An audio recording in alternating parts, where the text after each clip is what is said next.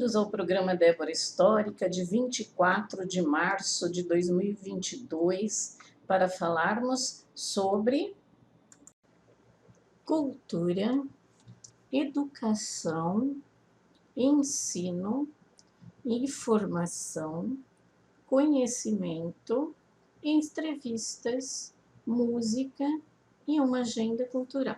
O motivo deste programa é preservar nossas origens, memórias e histórias, conservar as tradições de família, das nações e também buscar novos conhecimentos através de pesquisas e entrevistas. Inscrevam-se neste canal e você pode colaborar também, participando da entrevista comigo, participando de ideias, né, de temas, tá?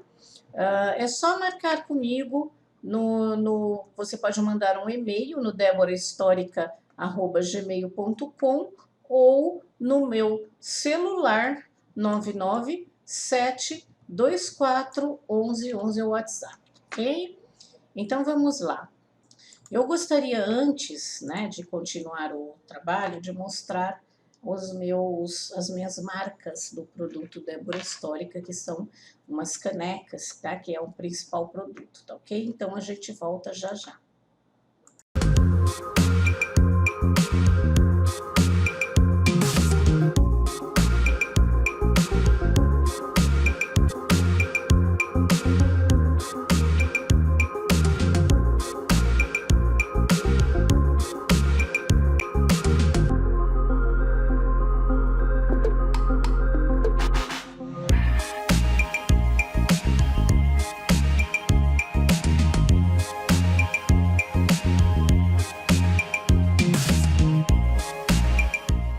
Bom, eu gosto sempre de falar das principais, né, comemorações do dia.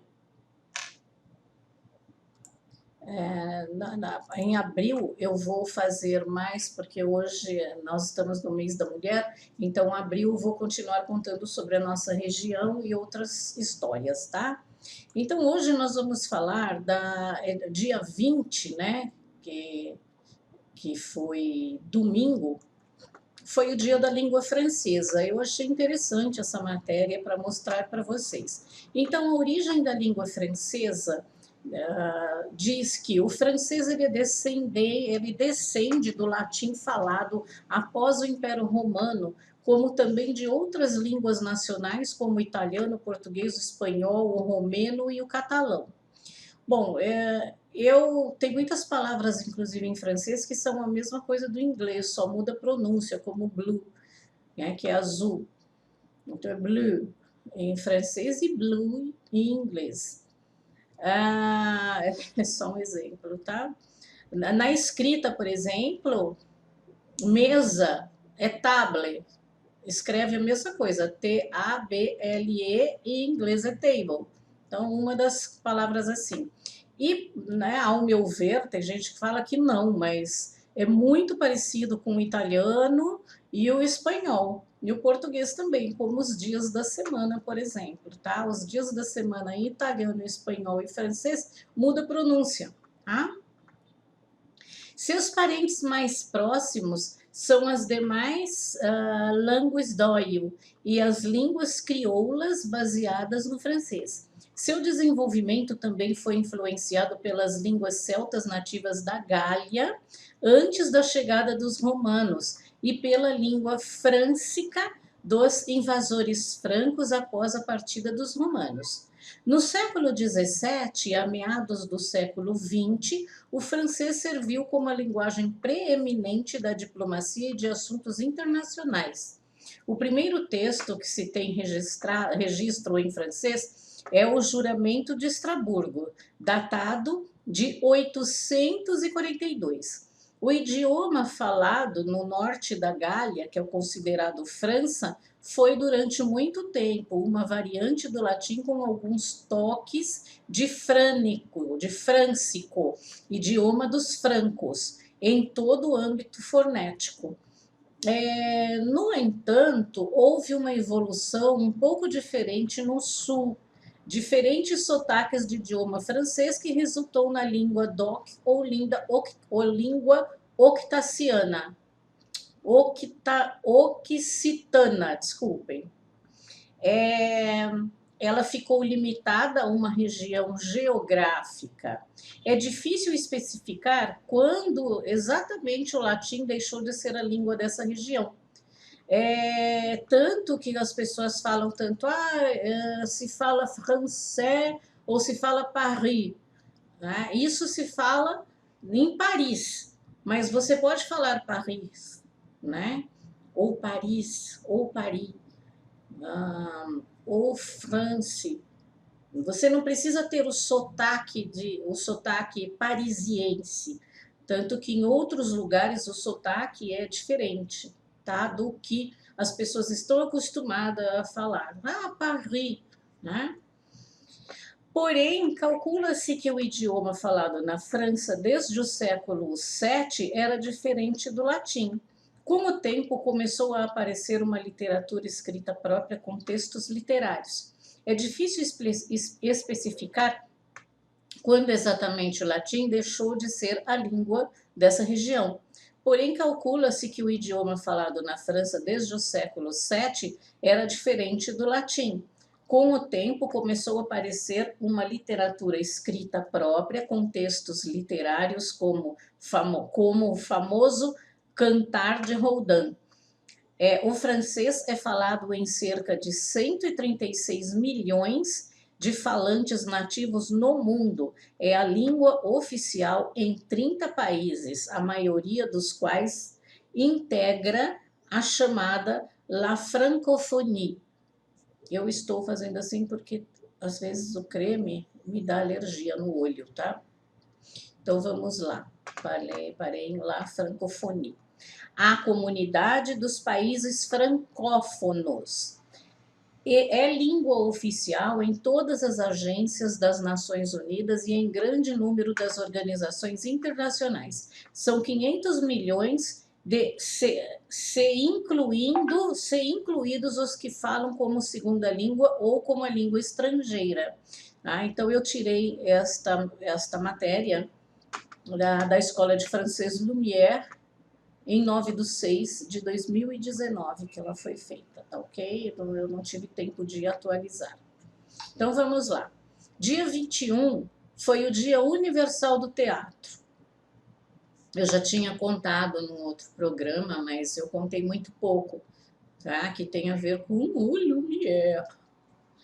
Neste dia foi criado o Instituto Internacional do Teatro em 1961 e o ITI é a maior organização de artes cênicas do mundo, fundada em 1948 por especialistas em teatro e dança e pela Unesco. O ITI fica em Paris, na França. A primeira mensagem internacional do Dia Mundial do Teatro foi escrita por Jean Cocteau em 1962. Jean é um dos mais famosos cineastas de todos os tempos. Jean nasceu em 5 de julho de 1889 e faleceu em 11 de outubro de 1973. Teve como amigos Pablo Picasso, Edith Piaf, Coco Chanel, Roland Garros, entre outros famosos. Jean foi poeta, romancista, cineasta, designer, dramaturgo, ator e encenador de teatro. Seus mais famosos filmes foram Le Parent Terrible, em 1948, La Belle et la Bête, em 1946, que é A Bela e a Fera, e Orfeus, em 1949, tá? E a gente volta já já, após a apresentação da Casa da Sogra.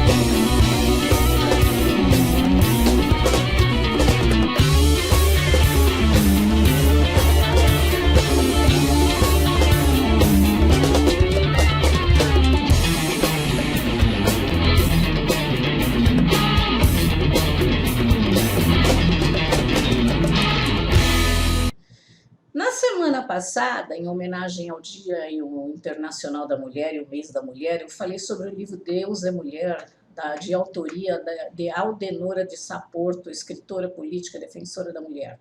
Hoje eu iria falar aqui no programa sobre o livro O Conto da Aia, de Margaret Atwood. O enredo é de uma serva na República de Gileade, um estado teocrático e totalitário, onde apenas os homens e de alto nível tinham valor. Não vou ler parte alguma, mas aconselho a leitura para o conhecimento. E como falei também no programa anterior, eu não sou feminista, tá?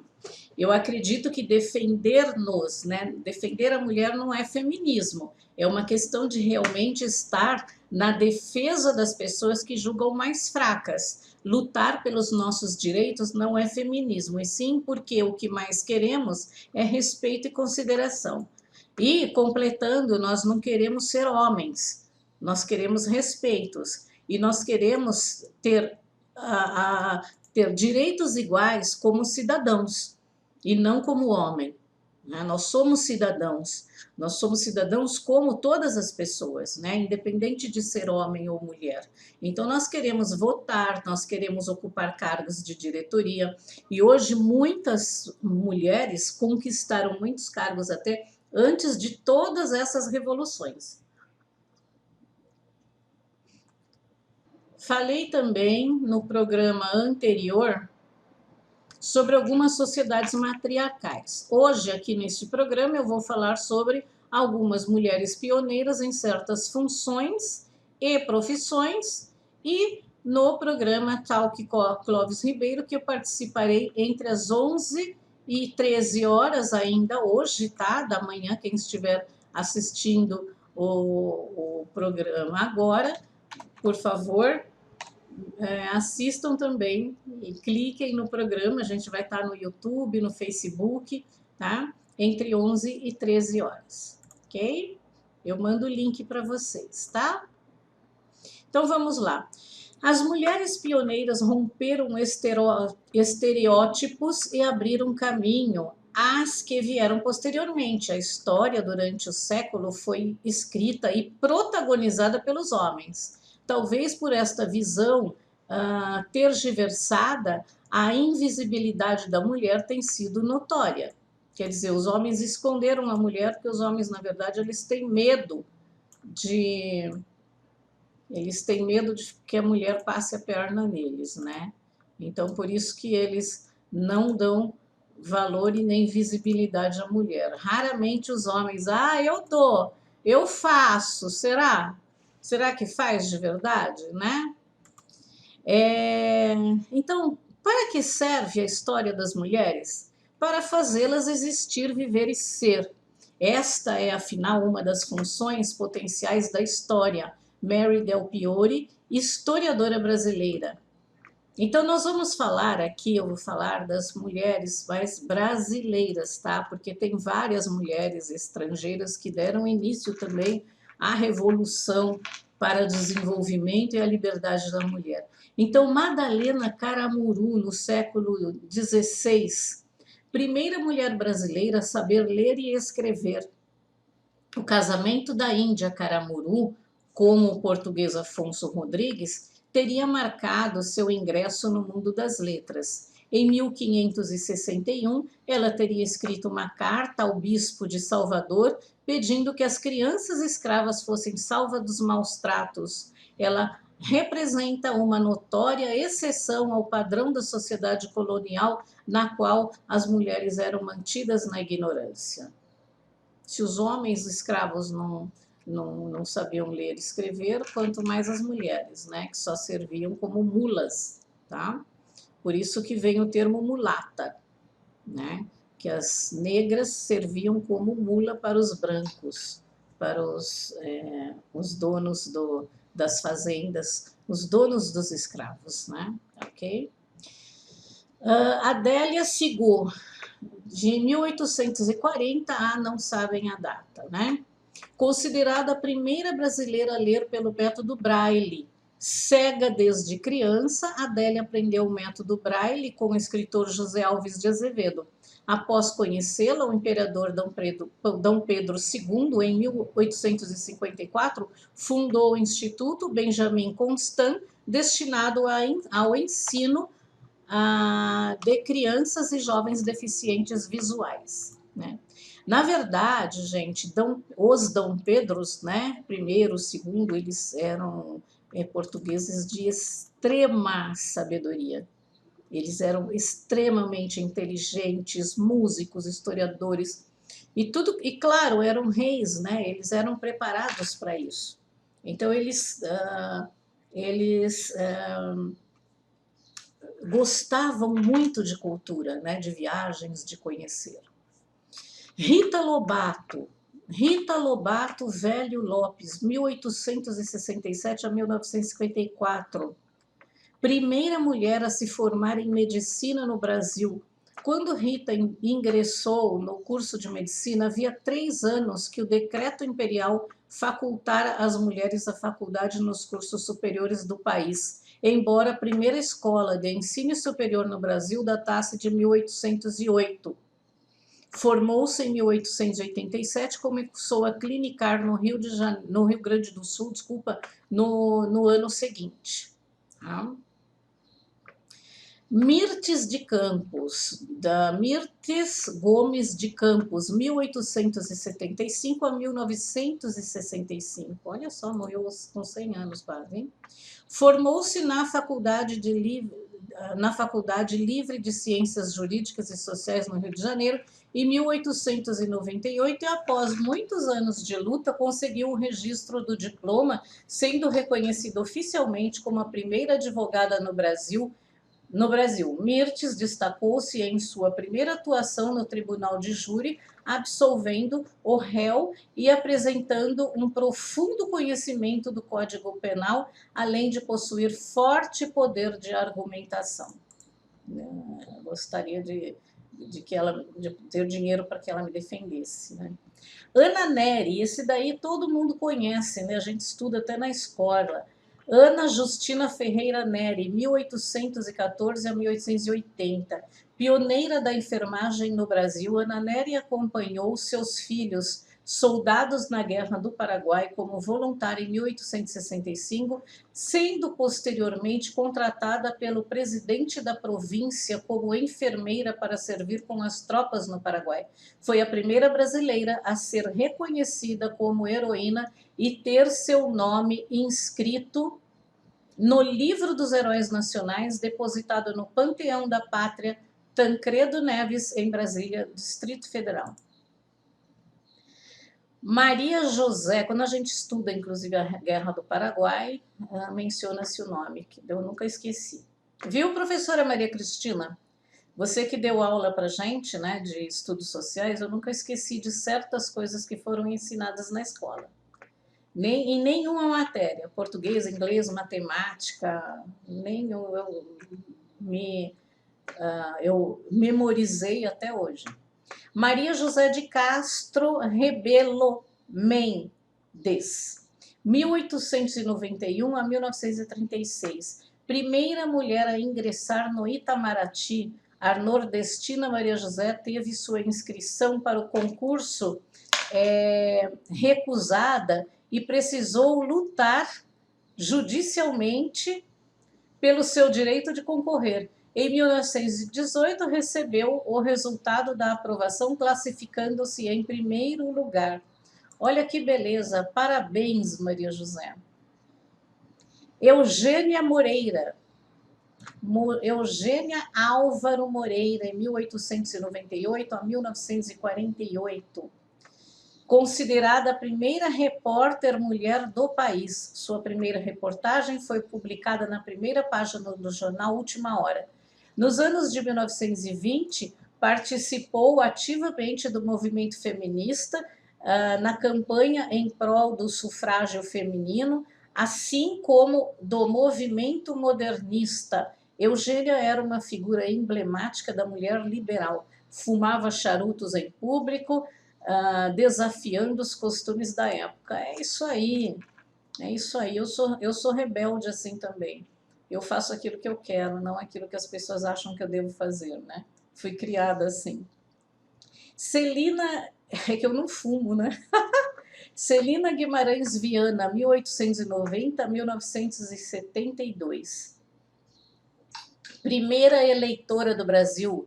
No dia 25 de novembro de 1927, Celina Viana deu entrada a uma petição na qual podia ser incluída no rol dos eleitores do município de Mossoró, no Rio Grande do Norte. Celina marcou a vanguarda política das mulheres na América do Sul, tornando realidade o voto feminino no Brasil. Maria Rita Soares de Andrade, 1904 a 1998. Primeira mulher, é recente isso, hein? Primeira mulher a integrar o Conselho Federal da Ordem dos Advogados do Brasil, tornando-se, em 1967, a primeira juíza federal do Brasil. Maria Rita destacou-se na luta em defesa dos direitos das mulheres, criando a ação sergipana da União Universitária Feminina e sendo uma das principais responsáveis pela fundação da Associação Brasileira de Mulheres Universitárias. Raquel de Queiroz, 1910 a 2003, essa também a maioria conhece, né? Primeira mulher a ingressar na Academia Brasileira de Letras em 1977, escrevia prosa regionalista, abordando principalmente os problemas do Nordeste. Além do interesse social, seu primeiro romance, O 15, demonstra sua preocupação com os traços psicológicos do homem dessa região. E, inclusive, quando eu conto as histórias, né, de fulano, cicrano e beltrano, inclusive no roteiro histórico que eu fiz para a associação comercial, eu até comentei, gente, só tem homem nas fotografias, dificilmente tem uma mulher, né? Fulano, cicrano, beltrano, tudo formado na Universidade de Direito, né, de São Paulo, na São Francisco, e só tem homem, né? É raro ter uma mulher. Nélida Cunhas Pinhon, 1935, não tem a outra data. Escritora e primeira mulher a assumir a presidência da Academia Brasileira de Letras. Estreou nas letras escrevendo o romance Gabriel Arcanjo, publicado em 1961. Em 1995, integrou o Conselho Nacional dos Direitos da Mulher, pertencente à Academia Brasileira de Letras de 1989, e foi eleita presidente dessa instituição em 1996. A Academia Brasileira de Letras, que é a ABL, foi criada no ano de 1896, com sede no Rio de Janeiro. No entanto, o ingresso da mulher nessa instituição cultural só ocorreu na década de 1970. Até a presente data, apenas 8 mulheres conseguiram fazer parte do seleto grupo de imortais da Academia. Raquel de Queiroz, que nós citamos lá em cima, Diná Silveira de Queiroz, Zélia Gattai, né, esposa do... esqueci o nome. Lígia Fagundi Teles, que também é bem conhecida, Nélida Pinhon, Cleonice Berardinelli, Ana Maria Machado e Rosisca Darcy de Oliveira. Leolinda de Figueiredo, Daltro, 1860 a 1935. Feminista e indianista, sofreu perseguições, chegando a ser chamada de mulher do diabo. Em protesto à recusa de seu pedido de alistamento eleitoral, fundou em 1910 o Partido Republicano Feminino, primeiro partido político feminino do Brasil, cujo objetivo era mobilizar as mulheres na luta pelo direito ao voto. Professora e indianista baiana, aderiu à luta dos índios por condições dignas de vida. Carlota Pereira de Queiroz, médica e primeira deputada federal da América Latina. Participou dos trabalhos na Assembleia Nacional Constituinte, integrando a Comissão de Saúde e Educação. Elaborou o primeiro projeto brasileiro sobre a criação de serviços sociais no país. Foi eleita deputada federal nas eleições de outubro de 1934 pela legenda do Partido Comunista de São Paulo. Berta Lutz, Berta Maria Júlia Lutz, 1894 a 1976. Vocês reconhecem esse sobrenome Lutz? Então, ela é a filha do Adolfo Lutz. Berta completou sua educação na Europa, onde entrou em contato com a campanha sufragista inglesa. Aos 24 anos, tornou-se defensora incansável dos direitos da mulher no Brasil. Empenhou-se na luta pelo voto feminino junto com outras mulheres e criou, em 1919, a Liga para a Emancipação Intelectual da Mulher, que foi o embrião da Federação Brasileira do Progresso Feminino. Em 1934, candidatou-se para a Câmara dos Deputados e alcançou a primeira suplência. Quase 2 anos depois, tornou-se segunda deputada federal do Brasil após a morte do titular do cargo, Cândido Pereira. Inclusive, neste livro deveria ter a Aldenora de Saporto, né? Porque ela também foi uma pessoa que lutou socialmente, tanto pelas crianças que eram judiadas, né, como pelas mulheres. Então, eu até vou cobrar a Aldenora de Saporto estar nessa lista aí de mulheres fortes, né, mulheres porretas, né, mulheres fortes, mulheres capazes, mulheres vencedoras, porque a luta é muito grande contra os homens. Almerinda Farias Gama, 1899, não tem a data de falecimento dela, mas eu posso procurar. Advogada negra e líder sindical, foi a primeira mulher a votar como delegada na eleição de representantes classistas para a Assembleia Constituinte em 1933. Chegou a se candidatar às eleições de 1934, mas não logrou eleger-se. Seu panfleto de campanha revela as principais bandeiras de luta das mulheres operárias no Brasil. Advogada consciente dos direitos da classe trabalhadora, jornalista, combativa e feminista de ação, lutando pela independência econômica da mulher, pela garantia legal do trabalhador e pelo ensino obrigatório e gratuito de todos os brasileiros em todos os graus. E outras mulheres também, gente, que são muitas, e deixei de mencionar, e deixei para mencionar no programa de 31 de março, todas honrosas, tá? Então, a fonte eu tirei de um site da Câmara Legislativa aqui do Brasil, que chama-se Mulheres Pioneiras, elas fizeram história. E elas estão fazendo história, né? Tá bom? Então, a gente volta já já, após uma mulher também, né, maravilhosa, que dirige o ateliê Marlene Olim.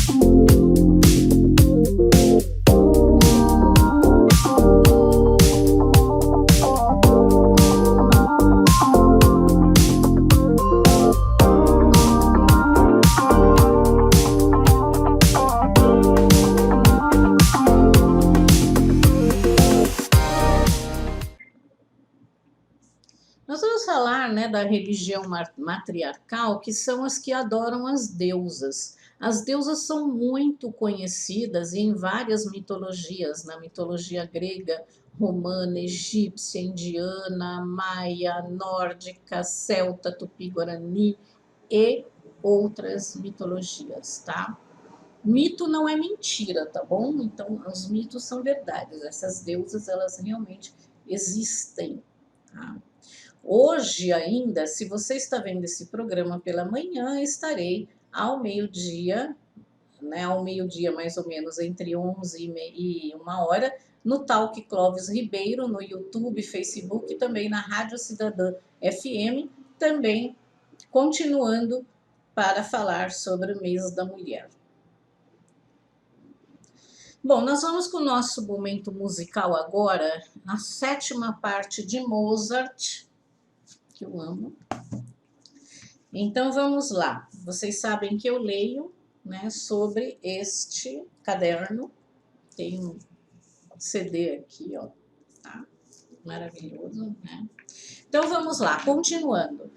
Mas não é tão fácil achar uma saída e ele precisa dar aulas de música para alcançar um nível de vida aceitável, coisa bastante difícil. Vocês veem um gênio desse que aos 6 anos compôs música, tocava,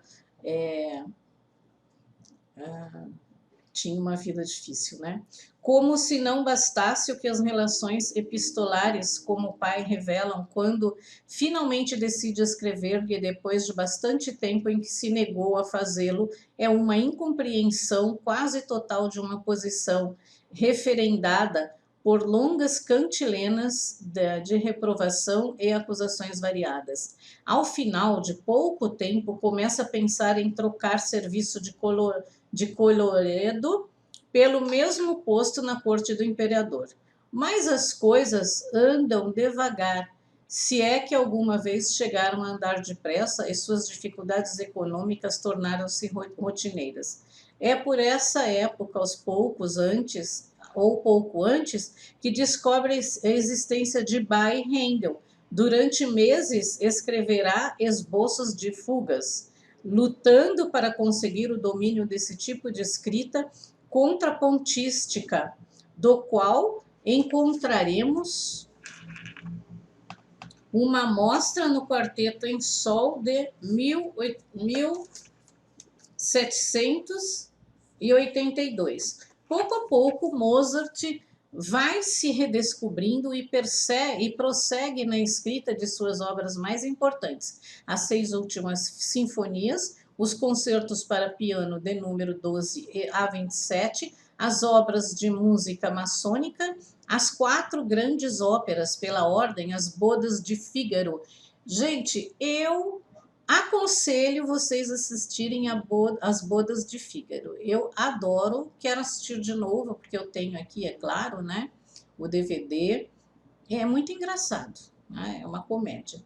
Don Giovanni, Così fan tutti e a Flauta Mágica, que também é uma obra maravilhosa que eu tenho. Eu tenho até 2 versões, né? Eu gosto mais da primeira que eu comprei, mas também é maravilhosa.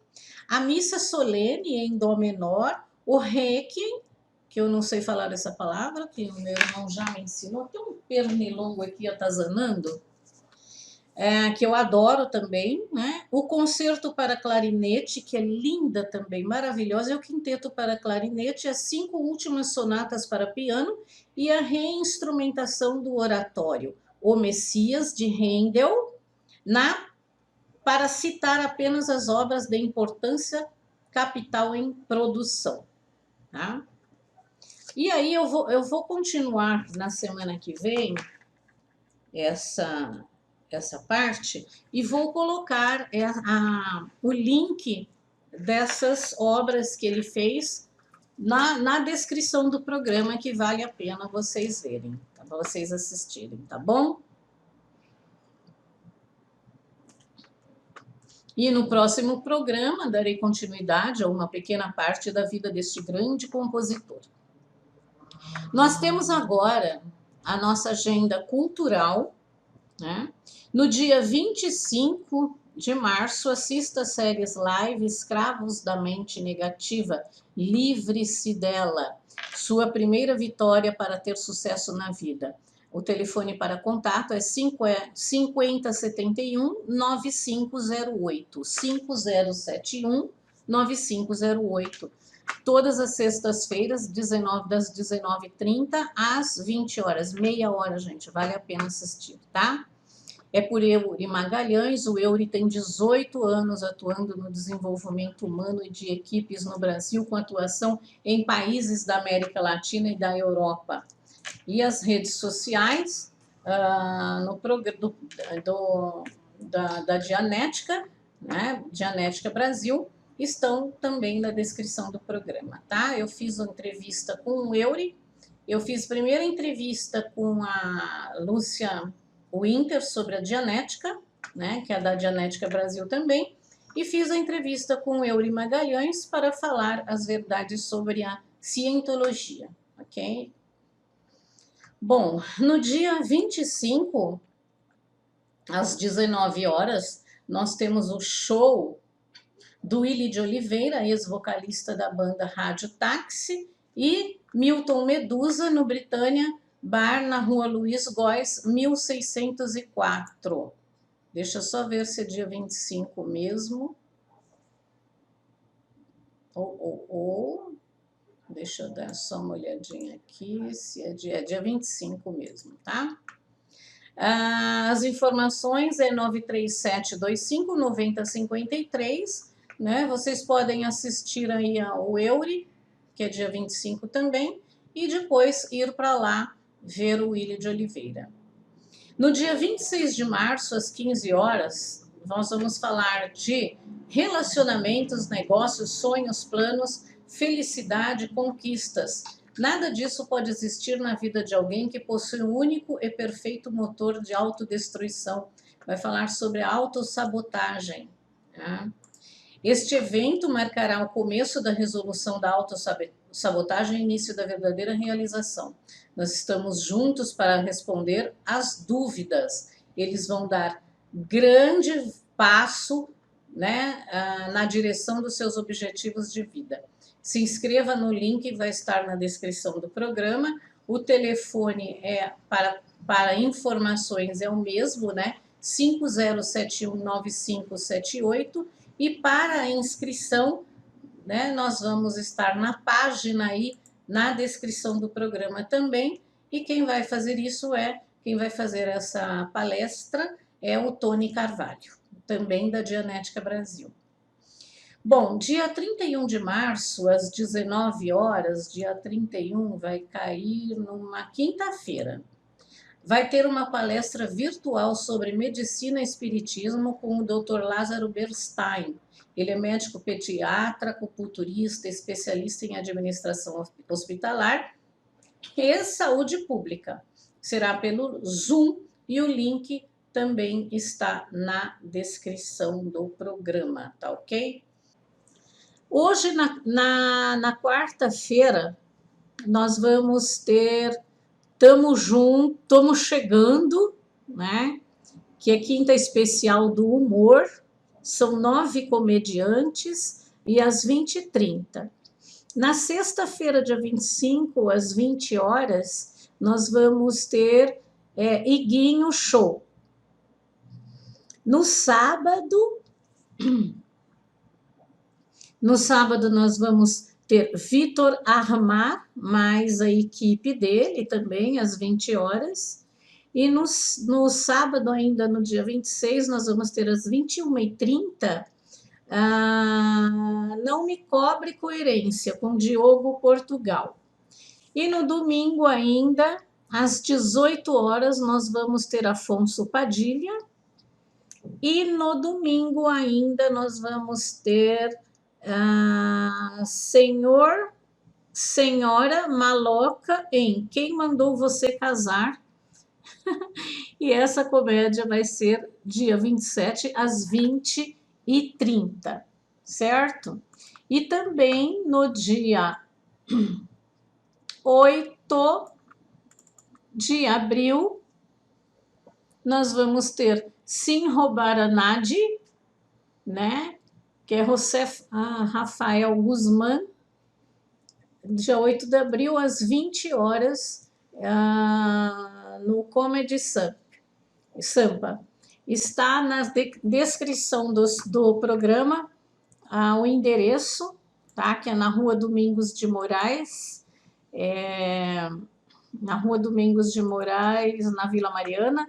Fica super fácil de ir, fica entre a estação Vila Mariana e a estação Ana Rosa do metrô, ok? E aqui encerro o programa